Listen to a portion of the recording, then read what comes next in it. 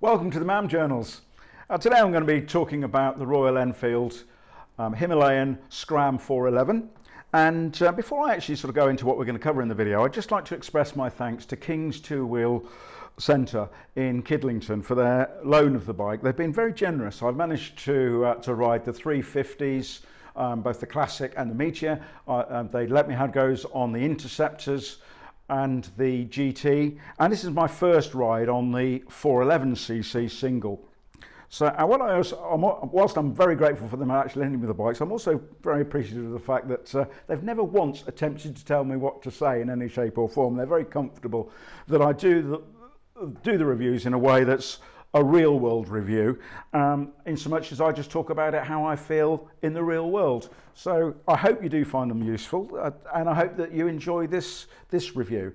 I'm going to obviously do the technicalities. I will talk through the specification of the bike, and in particular I think I want to add a section which I don't normally do on finish, because I think that's something that is very relevant to this bike.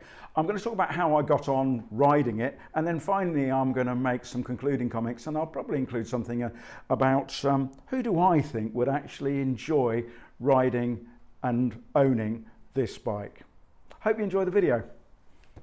Okay, so let's have a look around at the specification. Logical place to start is always the engine.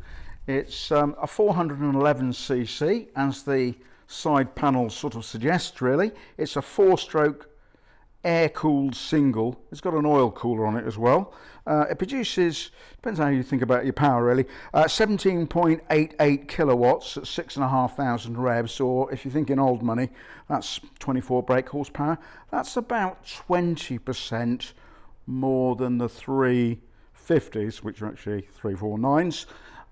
So for the 62cc you get, which is 18% bigger capacity, you get 20% more power, so it's actually, technically speaking, a little more efficient. Very simple engine. First service is, you get it 300 miles. Service intervals after that are every 3,000. You're supposed to sort of adjust or inspect and adjust the tappets every time.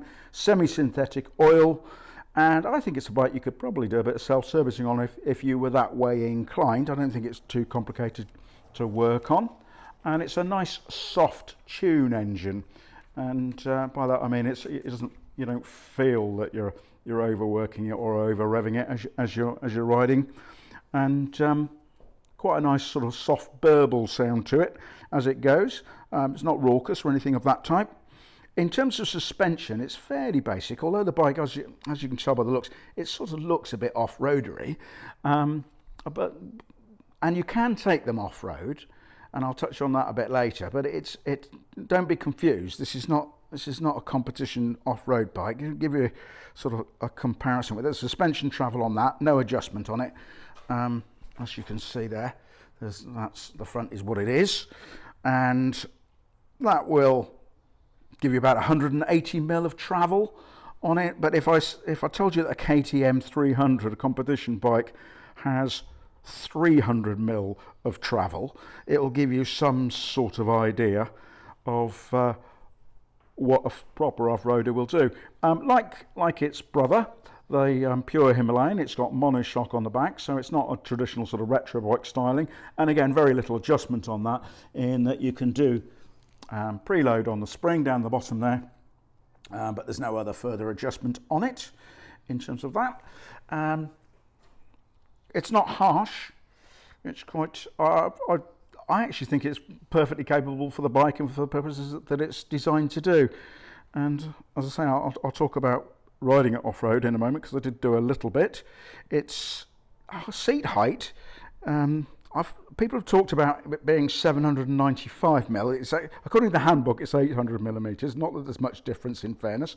That's 31.5 inches. But as you can see from this photo, I'm 29 and a bit in terms of inside leg, and I could very comfortably get foot contact either side. So it's not a tall bike to ride, and it makes it easy to balance when you're riding it both in town and out and about.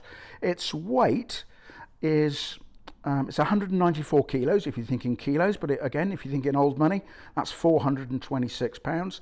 It doesn't ride like a heavy bike at all, so easy to control and manage brakes. That's 300mm front discs and 240 at the back. I think from memory that's very similar measurements to other Royal Enfields that I've talked about.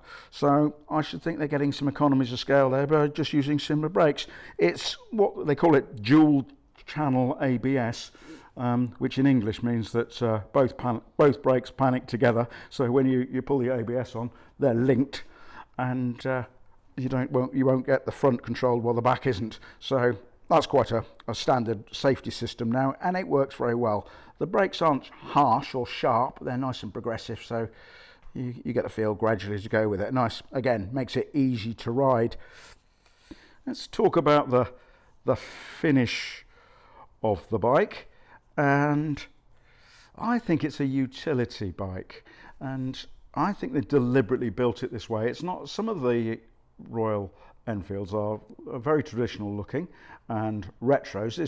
This is a new bike comparatively. I think they first came out in 2016, so it wasn't designed to look back anywhere, it was designed to look forward. So it's got that monoshock, and it's also very matte in its finish. I describe the bike as rugged rather than, the Himalayan's a bit more rustic. If you look at a picture of those, that matte finish on the engine, and the black finish, the matte finish on the paintwork, and the stainless exhaust, they're not chromed. A lot of people talk about, complain about that finish because it tarnishes. Stainless, people say it doesn't rust. Stainless can rust, depends how much chromium they put in the original stainless formula. But I'll show you in a moment. All you need to do is just rub it with a bit of Scotch-Brite. Other brands are available, and it will just take it off. So I think it's a bike that's designed for people that just want to ride and aren't so keen on polishing. We're all different. I quite like cleaning bikes, but some people just prefer to just get on them and run it. And I think this is a bike that you could run in all weathers, in all circumstances, and the odd scratch or the odd mark wouldn't actually offend. I think it'll also be sort of part of it. It doesn't have to be pristine. It's a working bike, and a bike that you can ride rather than polish. The instrumentation at the front, very clear, easy to read. You've got 3 trips. You can see that that's actually set on B because I've been using that to measure fuel consumption. Actually does 83 miles per gallon, which is impressive and quite useful with today's petrol prices. That instrument there is like a Google Maps, very simple directional finder. When you tune it into your phone, it will actually tell you left or right as you approach junctions. I didn't bother to set it up. I knew where I was going on this occasion, but I have used them in the past, and they're good. You don't have a rev counter, you just have a speedo. The bike, I didn't run it flat out because it still needs a few more miles before it gets full throttle operation, but I believe they'll do about 80, which gives you a little bit in hand on the national speed limits, which is why I think it'll be sort of, you can be confident riding on all sorts of roads. It will hold its own and have a little bit in hand. It's a 5-speed gearbox. You get a gear indicator there telling you which gear you're in. I found the gearbox pretty smooth. The only time it's a little bit notchy is from first to second or from second to first, but other than that, very nicely spaced and easy to ride and to engage. And good basic instrumentation here. These nice these plastic bar ends are pretty robust. I think if you dropped it, you wouldn't worry too much about the scuffs on that. And the mirrors are adequate, really. Whether you like the looks of them, that's a personal choice, but I mean, they did the job for which they're designed to do, and I had good vision behind me, which is all you can really ask for the functionality of a mirror. And on this side, you've got the little trip button there, which is, I quite liked the fact that it was on the right hand side. You can just press that and toggle through your 3 trips. It does actually come, when it comes to running out of fuel, you do get it automatically goes to an F mode. I've got it on there at the moment because it's fully fueled now, but it will give you a sort of how many miles you've done whilst you're running on reserve. It's a 15-litre tank, so you got pretty good range on it. But anyway, very straightforward, very simple, very easy to read. So what was it like to ride? Well, in fairness, I rode it over all sorts of roads, really. I did A roads, B roads, little byways, went on the motorway, which is actually surprisingly good, and cope with it very well. It's a bike that tends to sort of lead you astray when you're out wandering around the countryside, as it's very comfortable down the little B roads. It handles well.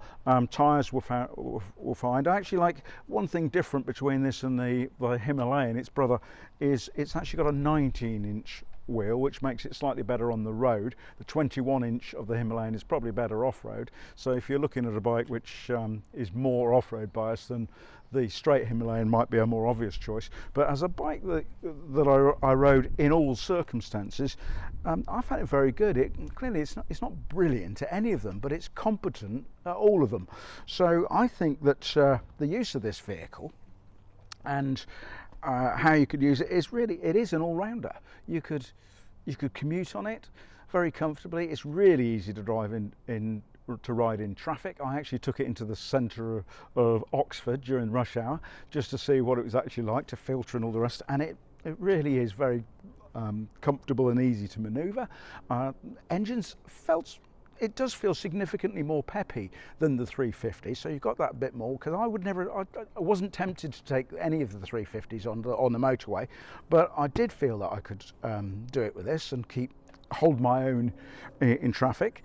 And I think it's also a bike that at the weekends, and you wanted to go away, you could load it up and go 100 miles to visit friends and family. So I think it's a very versatile bike to use. So who do I think would actually enjoy owning one of these? When the Meteor came out, I know Royal Enfield were very keen to promote it as a bike that people should consider when they're just past the test and to get more experience on a bike. And I'll be honest, I didn't really agree with that, having ridden the bike.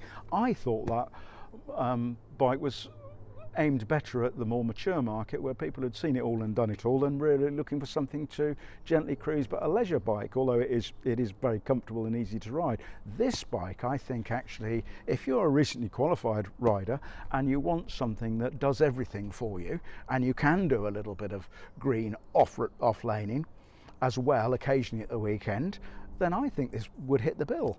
I also think it would appeal to those more mature riders who like to travel the roads less travelled and explore. I think it's really comfortable, easy to ride for that, and because it's, as I say, the finish is really a utility finish as opposed to aesthetically chrome retro look, then I think it'd be, for those of more mature riders who don't fancy cleaning everything every 5 minutes, because keeping the chrome up together is quite a chore, then I think this would be a great bike to live with. I think it's a very capable bike, really nice all round. As I rode it, I reflected that it reminded me of some early XLs that I used to ride as a younger man. Very easy to live with, went quite nicely, but not something you'd ever want to push too hard off-road. So I think it has got a broad appeal, and I think it's a very nice, well-sorted bike. Well, I hope that you've enjoyed this video, and if you did, perhaps you'd be kind enough to either press like or even consider subscribing to the channel. But regardless of whether you do that, what I do hope that you do is you ride safe and you stay well.